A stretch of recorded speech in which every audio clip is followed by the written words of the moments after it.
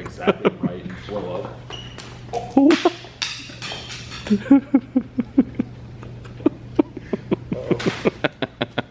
Behind the scenes of what we do at work. I'm just kidding, this is after hours. Don't think that we just slack off all day. It's got an unfinished taco set.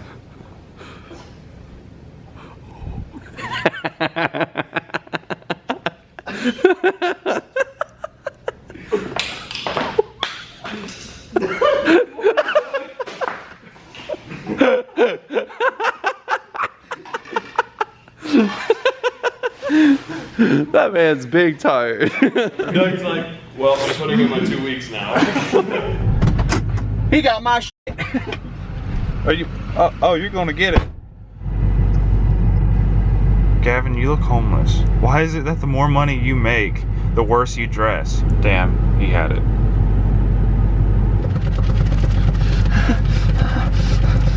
We've been waiting on one part. I got it next day shipped and everything, and then it got delayed. Then I saw the UPS truck, and he had it on his truck. It's gonna be the wrong part. Shut the f up, Daniel. Have you tried pulling on it? No. Let me try. Not even bent. Oh my gosh. Oh man, I'd hope it wouldn't be bent. Not even bent. Whoa. Whoa. Your input shaft is straight. Oh my gosh. That's wild. Doug's gonna be so happy. Not really. He just said that he was going to run bleachers, and then he said he'll call me afterwards. I'm gonna call him and be like, hey, the input shaft is in. He's like, fuck. Dude, Daniel, I swear to God, if you do it, don't, hang on. I try to clean the lens off every time that there's like a handprint or something on there, and this douchebag puts it in there and is an asshole about it. We've already gone ahead and pressed on the new bearing here onto the prop shaft for the torque tube. We've got everything assembled. All we gotta do is slide it back onto the torque tube here, or the intermediate shaft inside of the torque tube at least, and bolt it all down, and then we can slide the shaft into the torque tube. Trans, rear end, nothing has fluid, so we're gonna have to fill everything up with fluid, and then we'll be good to go. Ugga done. Anybody doing a rebuild, look for that. Come on, little shaft. Ready for tap tap. I wonder if anybody remembers you from that video.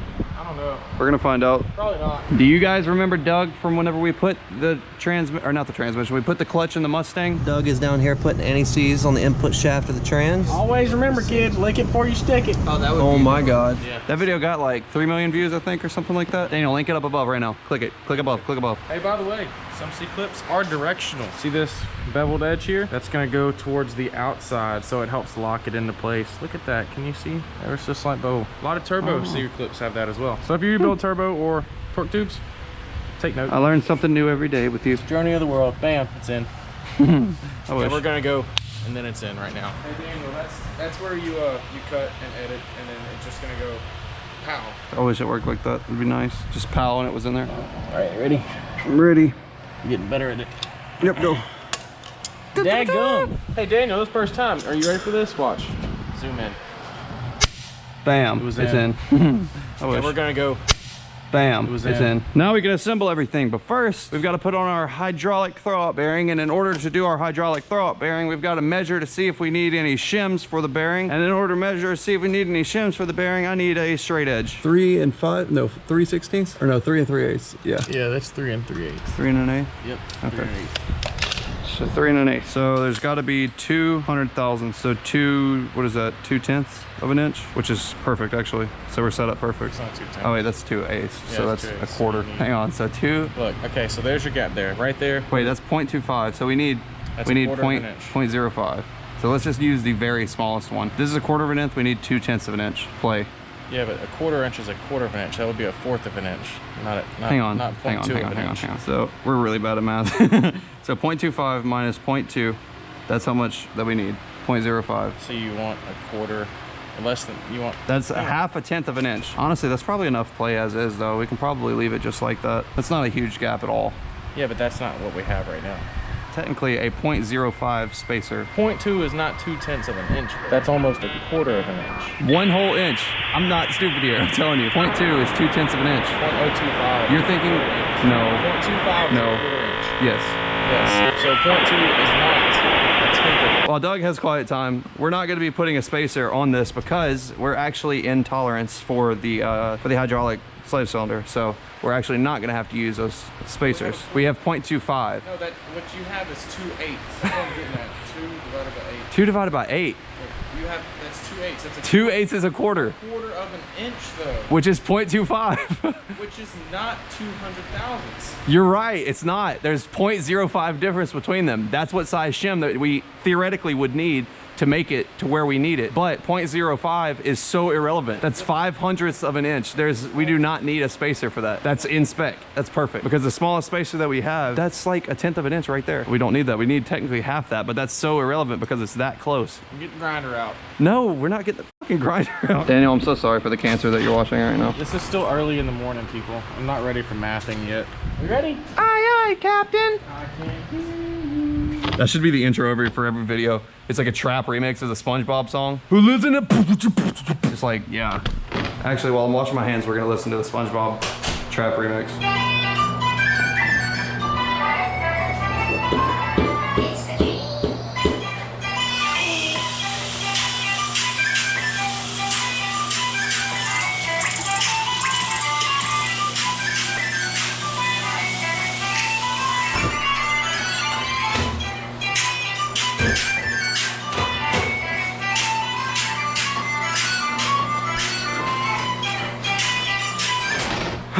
We're gonna go ahead and take off this old bleeder right here, which is on top of the torque tube and really inconvenient. We've got this speed bleeder here that we're gonna actually replace it with and hang it down below the torque tube, so that way we can bleed it real nice and easy. Alrighty, now let's thread that into there. Oh, let me bust it wide open, let him have it real quick. Hang on, hang on, hang on, hang on. Right there, fork, wiggle it up and down. All right, hang on, let me get one more at the top.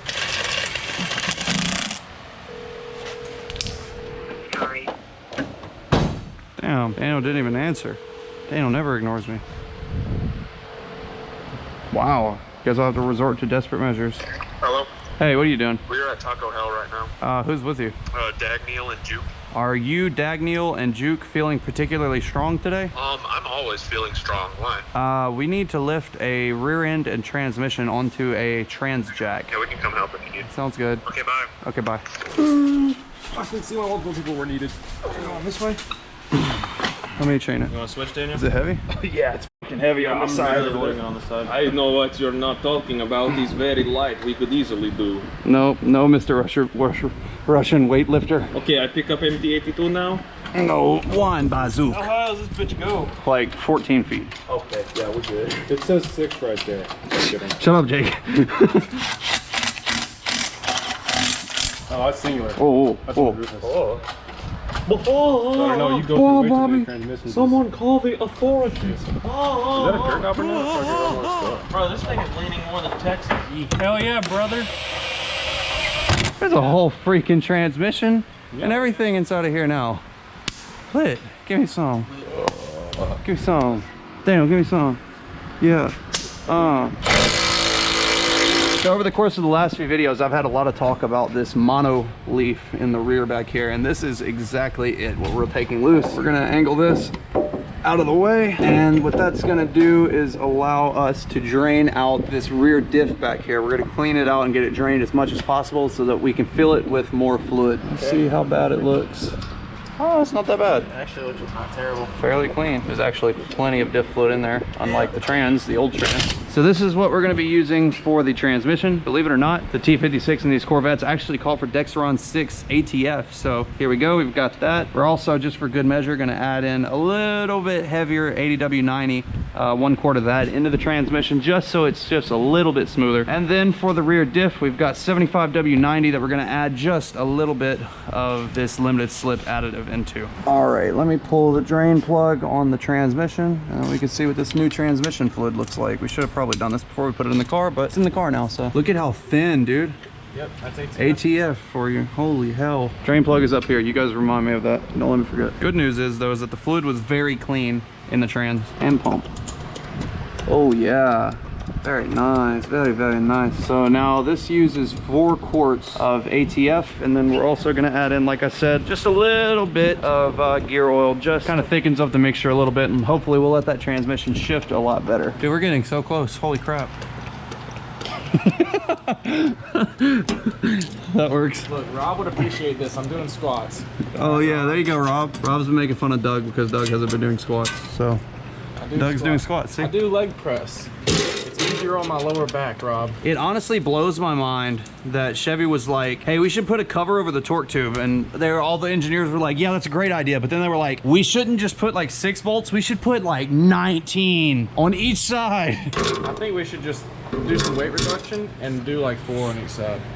See, like 6 bolts holds it perfect. But you know what? If we don't put all the bolts back in, all of the YouTube freaking trolls will be like, wow, you know what? You way to half-ass a job, you fucking tool bag. Wow, I can't even believe you're such a fucking piece of shit. Tell them to come race us then, and whenever they have all their bolts in and we gap them. Because we didn't put all ours in? Exactly. Doug has finished pumping 3 quarts of ATF into the trans, even though it requires 4, and now we're gonna pump 1 quart of very thick brown goodness. It looks like syrup.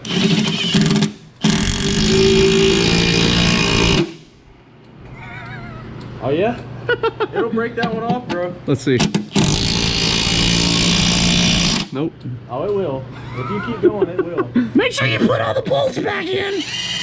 I've lost one of the cover bolts, so I didn't even get to put. Continue with the build. I didn't even. Can't continue with the build. I didn't even get to put all the bolts in. I was being a smart ass, and now I can't even put them all. Oh no, never mind. Here it is.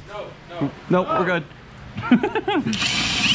The future owner of this car is never even gonna know it was worked on until they go to take this bolt out right here, and then it's like. Oh, blue Loctite. Or no? Okay. Look, there's already a bunch left on it. Okay, so we're getting the monoleaf installed back in the rear. We've got the rear end full of fluid. We've got the trans full of fluid. The cover is back on. Now all we've got to do is install the catalytic converters. Wait, are we doing that? Yep. I don't like this job anymore. Yeah, I know, it sucks, huh? Fast forward a little bit and we are done. Well, actually almost. We just got to put the brake pads on over here. Look at that man. Look at that man compressing the caliper with his hands. Oh. Alrighty, she is back on the ground. I've not gotten to see the top of this car in a while. We're getting ready to start bleeding everything. This entire dash and everything is taken apart. So while we have it apart, we are actually going to be installing a radio in the car with the radio that actually came out of the race truck, believe it or not. We're going complete race car with that thing. Doug managed to fashion up a very, very nice harness here for the radio. Back whenever I had my last Corvette, actually I forgot, me and you used to have like a little rivalry going between your Mustang and my Corvette. Is that what we called it whenever I beat you? Shut the fuck up. You asshole. Your full bolt-on E85 Mustang versus my header only C6 Corvette. Hey, I learned that they're slower than what you would think. A lot slower, actually. That's why that thing is over right there. Yeah, I know. That is actually exactly where the Mustang came from. Doug kept beating me in all my LS cars, so I sold them. That's actually funny. I forgot about that. I had the Corvette. I had the Camaro. Doug kept beating me with minor mods on a Mustang, so I was like, you know what? Screw this. I'm getting a Mustang. So I got one. And then the blower only. That car was insane. And now it's just like, yeah. I'm gonna go ahead and fill the engine with oil and everything. That way we don't forget and accidentally start it up with no oil in it. That would be just the best. That'd be awesome. It might actually have a truck in it. Yeah, it would. Trust me. It would. I feel like that's happened to somebody before. Who do we know that that's happened to? As long as you get about 2.5 quarts inside of it, it'll be alright. The rest of it can go wherever. We're refilling the clutch and brake reservoir with new fluid. Just gonna ignore my problems and put a radio in. Clutch won't bleed. This transmission fucking exploded. But you know what? I'm gonna put this radio in. You know what I'm gonna do while I do it? Pump the fucking clutch. Oh my God, of course. Yeah, yeah. Oh, oh. We've been trying to bleed this clutch now. I'm not even joking for like, longer than it took to put the transmission in, and that's not even an exaggeration. Stock C6 radio out of the way. Super sexy Pioneer replacement radio coming in for the kill. Oh, it said ding ding. Let's see what happens here. Oh, you did it right. You're a beautiful creature. Oh, wait, copyright. Copyright. She talks shit on girls just for being pretty. Why you like that? Oh my God, it won't turn off without being in reverse. You're kidding me. I'm especially annoyed by the fact that this stem reverse. Now go off. Yes. Accessory mode on. No, off. Now I gotta go put new dash kit on this because this dash kit out of the truck doesn't work. I figured that it might work, being that the Tahoe and the Suburbans and the Silverados and Sierras are all interchangeable, but apparently the Corvette one's different, so no big deal. I'm gonna swap it out real quick. Now that's much better. Oh, voila, very nicely done. Okay, so the radio is actually back working and the transmission shifts smoothly into every gear, which is great news. Great news. So let me turn this off. So check this out. Unfortunately, we've got another, I don't even know what to call it. Hold up. Yeah, that's the best word to use. Another hold up with the Corvette. So we're trying to bleed the clutch, right? So we put a vacuum bleeder on there. We were trying to figure out why no fluid is getting sucked down the reservoir. And so we called a friend and he told me, take off the vacuum thing and check inside of there and see. If you look in here, you will see a whole bunch of chunks of crap. And basically what that is moisture contamination in brake fluid. Whenever water and brake fluid mix, they gum up and gel up and lock everything up and make a big giant mess, and you got to clean it all out. The only way to basically fix it is to either A, get it unclogged, or B, get a new master cylinder. And we have eliminated it down to the master cylinder because if you guys saw, whenever we were sucking out the fluid with the vacuum bleeder, it was sucking out of the lines, yes, but it was not actually dropping in the reservoir. So that means that after the reservoir, the fluid that was in the line is getting sucked out, but it is not crossing through the reservoir itself. So that is no bueno. So the idea that we had in mind was, instead of sucking it, and we kept trying to suck a large amount of vacuum on it, and it was not sucking enough to be able to pull it through. And it's not a solid, it's actually gel. So technically it can get sucked through. We're gonna kind of reverse the idea. We're gonna hopefully get a nozzle onto an air hose and blow it, and hopefully we can unclog it and shoot a bunch of stuff out of the reservoir right here. And in theory, unclog everything. Is it gonna work? Huh? It's gonna work. It's gonna work. We're not giving up yet. We're trying to get this car out of here so badly, but man, it is not wanting to go. Oh my god, that was the coolest shit ever. Fuck yeah, dude. That was funny. For the guys that don't know this out there, do not, under any circumstances, let brake fluid sit or get on your paint. Oh, Doug. Bubbles. I'm pumping and it's just bubbles because the master, I mean, it's definitely possible for the master to be gone, but it's weird that it was working before, because I drove the car home and it was working on the side of the road and everything whenever it broke.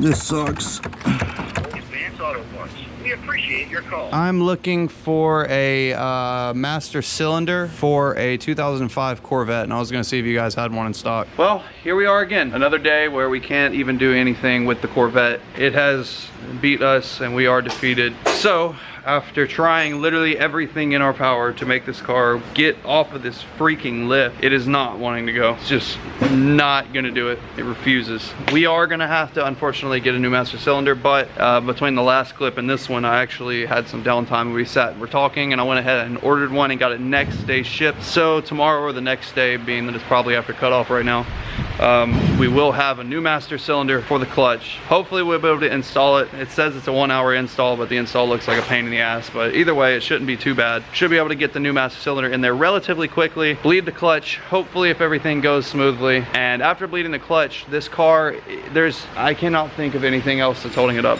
If something else goes wrong, I might just completely destroy this entire car. The Volvo was way more reliable. The Mustang was way more reliable, and it had 1,000 horsepower. The truck was awful too. Anything, for some reason, Chevy has just been terrible to me. Very terrible. The Miatas have been great. Freaking everything has been great, except for anything that's Chevy. Now, I've got a GMC. The GMC's fine. The Duramax is great. It's just Chevy. If anybody wants a piece of shit Corvette, here you go. Here's your opportunity. Come pick it up right now, free. You can. No, I'm totally joking. Don't come to my shop, please. Anyways, guys, we're about to go home. We're probably going to end up with margaritas on our hands tonight because this car is pissing me off so bad. So thank you so much for watching. Hopefully next video will be this car starting up. I've got to go pick up Meep this weekend from paint. The new owner of the Miata will be here in a few days, hopefully, to pick up this car. So that's going to be relatively cool. Please, I'm begging you, please drop a like so that we can keep affording Corvette parts, because this thing is probably just going to keep breaking for the next few days. Hopefully not. I really hope not, but we got to get this car together. Come on, drop a like for me. This is like the most depressing day ever. All right, well, I'll see y'all next video.